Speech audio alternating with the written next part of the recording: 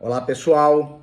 Bom, o direito e o direito processual, eles têm um fenômeno interessante.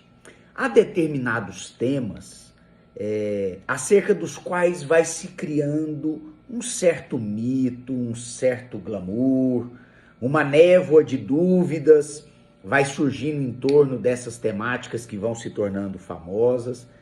E isso, sem dúvida, aconteceu com a chamada exceção de pré-executividade.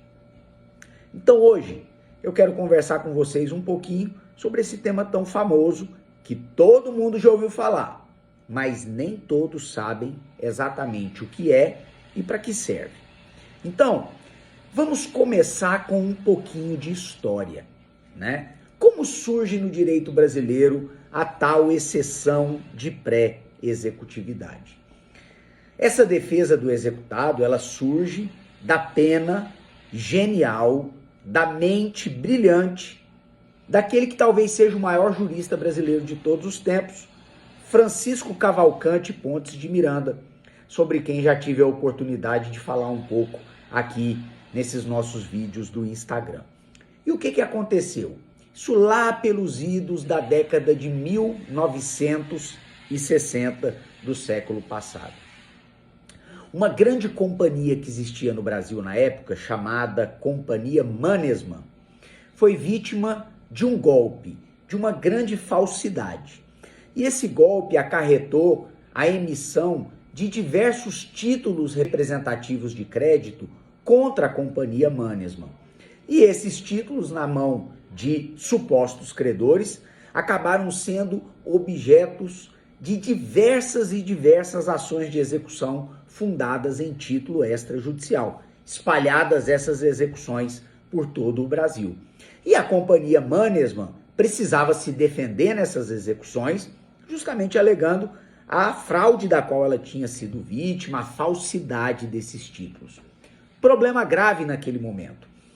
Aquele tempo, para que o devedor pudesse se defender de uma execução, ele tinha que manejar, tal qual acontece hoje, uma ação de defesa, chamada ação de embargos à execução, mas aquele momento com uma peculiaridade importante. Era necessária a prévia garantia do juízo para a admissão dos embargos à execução. E vejam, essa prévia garantia do juízo dependia de penhora, de caução suficiente e idônea, de depósito em dinheiro.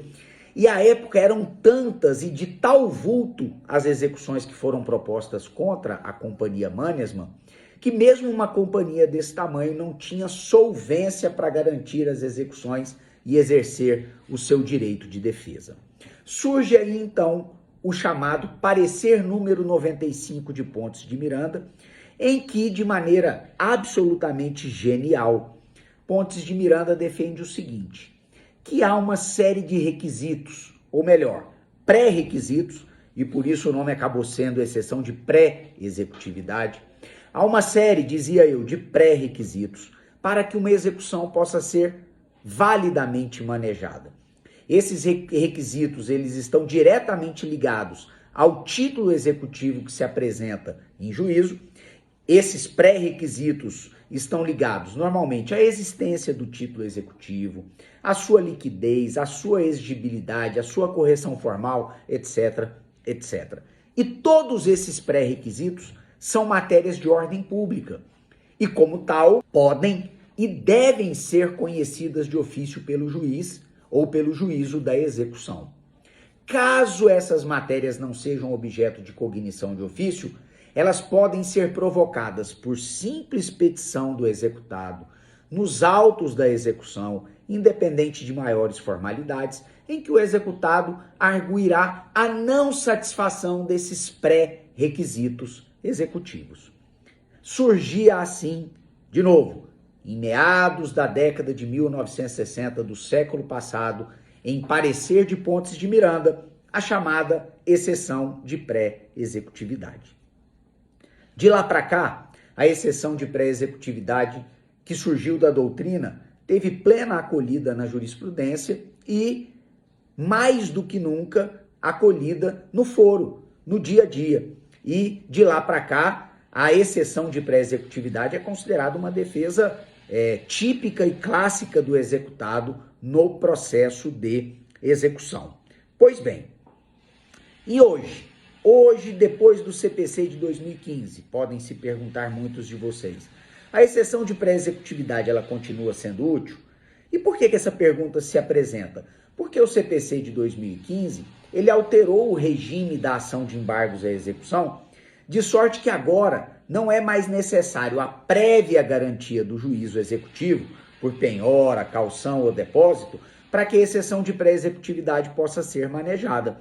E aí, logicamente que o interesse dos executados pelo manejo, pelo oferecimento da exceção de pré-executividade diminuiu de maneira considerável.